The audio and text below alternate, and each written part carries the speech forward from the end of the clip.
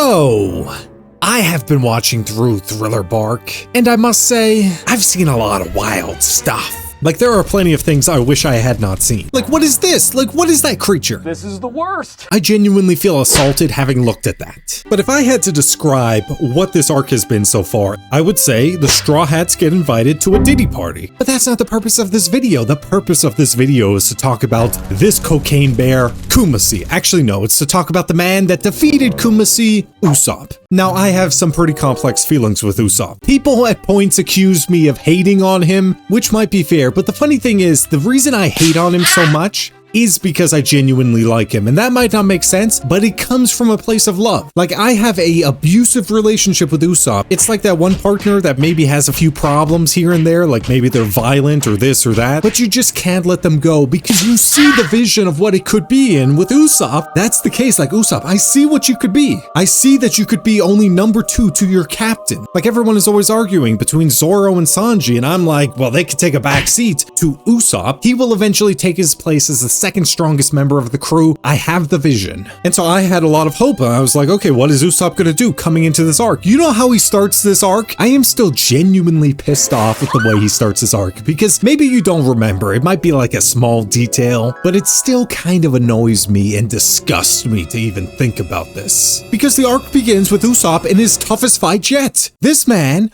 was losing a fight to a bunch of octopi. Like, all he needed to do was get into the tank, get some of them so they could eat some of them, and somehow it turned into him getting jumped. Like, this man nearly died. He needed Luffy to save him, and I genuinely wouldn't have blamed Luffy in that moment for kicking him off his crew. Like, look at this man Zoro's reaction to this. Hey, yo, what the fuck? Anyway, so I say all that to say, Usopp's reputation from the very beginning of this arc was at rock bottom. Or so I thought, because somehow it would find a new rock bottom in a moment, because all of a sudden this barrel shows up with an invitation to a Diddy party. And again, the moment this barrel showed up, I knew it was bad news. Like, anytime there are barrels in the ocean in One Piece, it's bad news.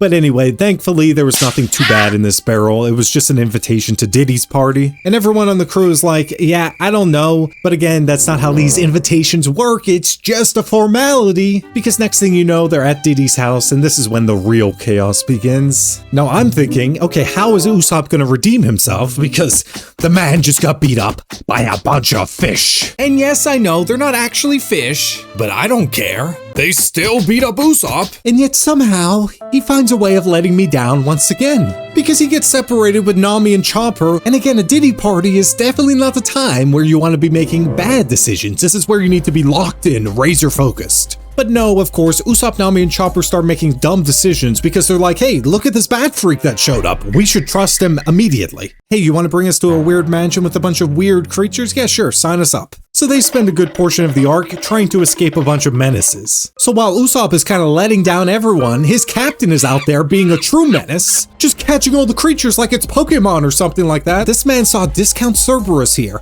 and licked his lips. Oh, hell no, man. What the fuck? Then he started barking at this creature. Then he knocked this creature out. Then he started riding on this tamed creature.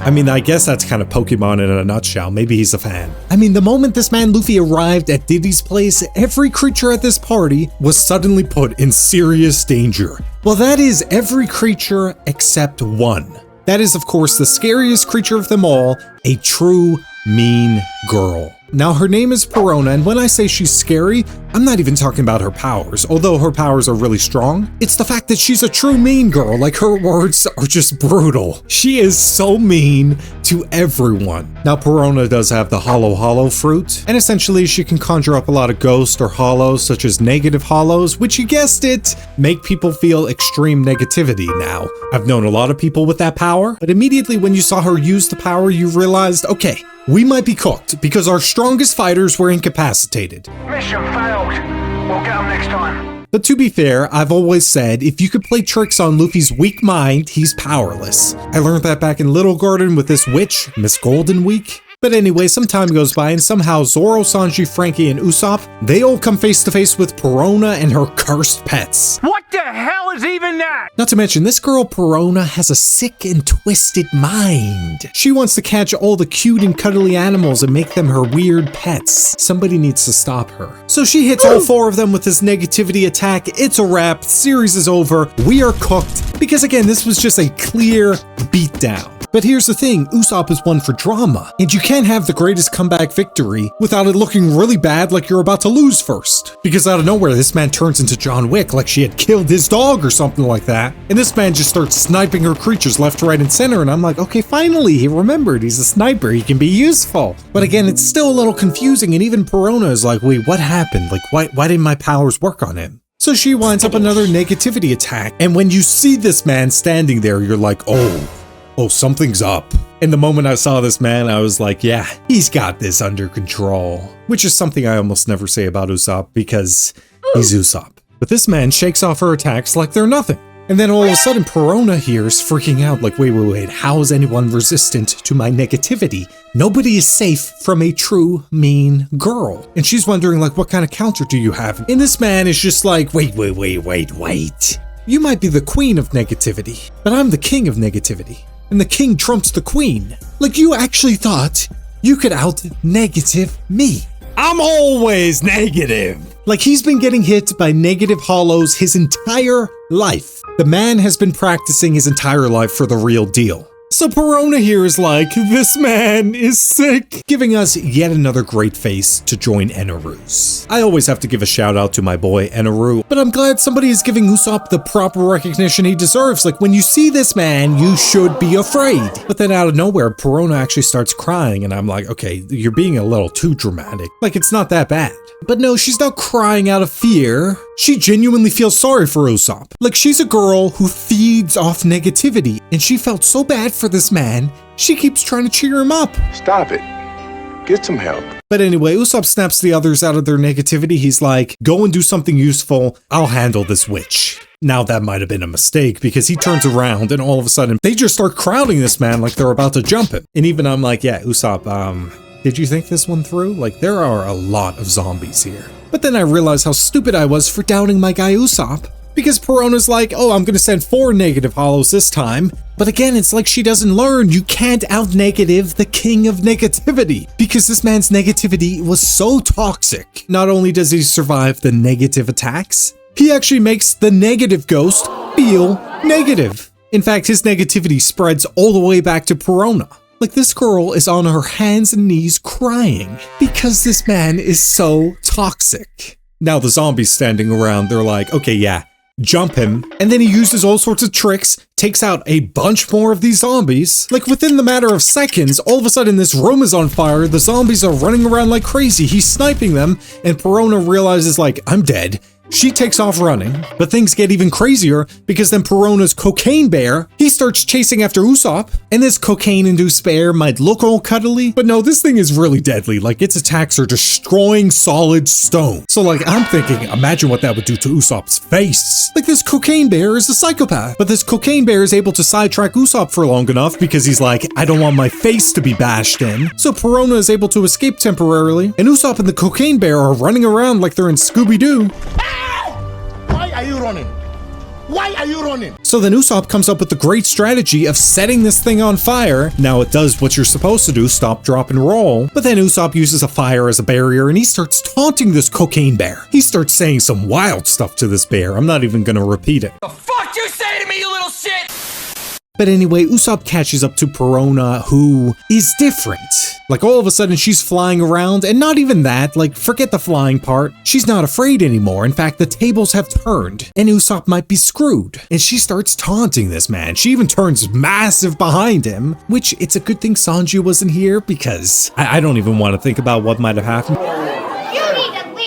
She even goes inside of him multiple times, like literally. One time she's reaching on inside of him, it must be a weird sensation. The other time she's literally like through this man, it's just bizarre to look at. Like if somebody walked in on me watching this, they'd be like, what are you watching? You know what, I don't want to know. But she's messing around with Usopp and then Usopp's like, wait, I don't think you can actually touch me. So she's like, oh, you think? She creates this tiny little ghost, makes it explode, and this thing destroys the stone wall. So I'm like, yeah, Usopp, if that hits you, you're cooked. Or so I thought, because she sets off one right on Usopp, and I'm like, okay, he's dead. Like, this thing destroyed some stone moments ago. This man is dead. But no, he gets up, like barely an inconvenience. Does he just have insane durability? Like, do you have some hidden potential, Usopp? But if that's not bad enough, she then lands like 50 of these ghost bombs on him, and I'm like, that might even be beyond your power. She explodes them all, and I genuinely still have no idea how he survived, other than the fact that he needed to.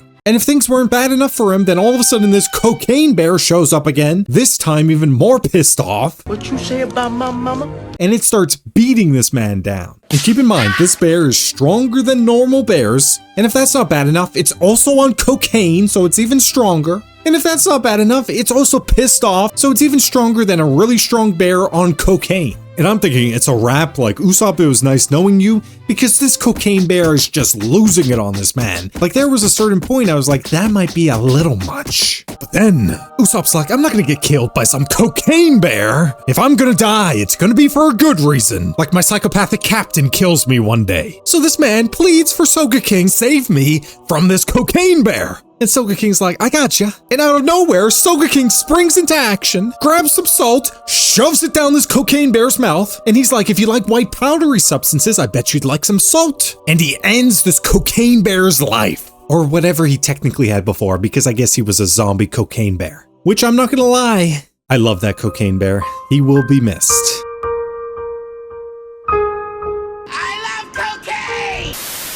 And at this point, PERONA is pissed. So Usopp runs away, but while running away, he realizes, like, maybe there's more to this. Like, maybe that's not actually PERONA's real body. She must be hiding around here somewhere. And sure enough, PERONA hits him with another attack. But again, considering the fact that this man had like 50 of those bombs go off, not to mention was brutally beat by a cocaine bear, this is nothing because he looks around, he sees a room and he's like, oh, you're in there, aren't you? And he fires at that room, revealing PERONA, and at that point, she's like, I'm screwed. He's like, Gotcha, bitch. She actually thought she could beat the master at his own game. And at this point, Usopp's like, see you in hell. And he winds up the final attack, fires it at her, but it misses.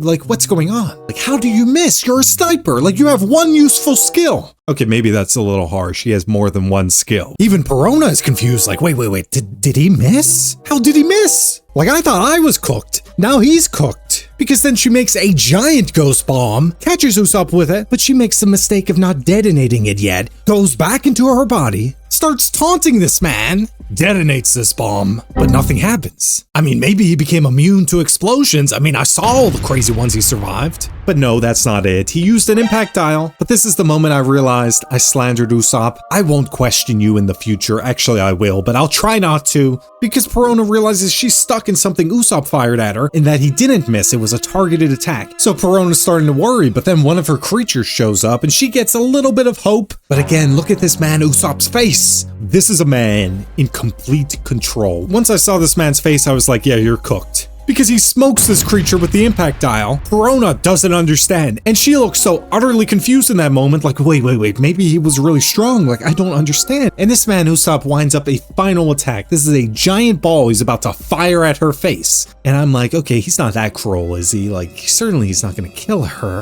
right? This is One Piece. They don't usually kill their opponents unless it's Zoro that one time in Whiskey Peak, which again still haunts me. His crimes will not go unnoticed. And sure enough, he fires it at her and it hits her, but it bounces off, and I'm like, wait, what? And PERONA's like, wait, what? But then you see it's actually a container with all these roaches. Now, to be clear, they are toy roaches, but PERONA doesn't know that. I didn't know that on a first watch. And I'm like, that's kind of nasty, but it's actually kind of sick, all the stuff Usopp makes PERONA go through, because she might be a bad person, but I actually genuinely feel bad for her because she is freaking out. She's crying. She's even crying for Kumasi, her cocaine bear, to come and save her. But again, her cocaine bear is gone, so nobody is coming. And if things weren't scary enough for her, she looks up, sees this man with a 10-ton hammer. Who's laughing now? Now, obviously, I know it's a fake. He used it back in Alabasta. But imagine being her, stuck in a bed, covered in roaches, seeing this man refuse to die, pulling out crazy attack after crazy attack. He decimated your forces, killed your cocaine bear. Looks completely insane. I mean, just look at him. Like, I legitimately would think I was gonna die.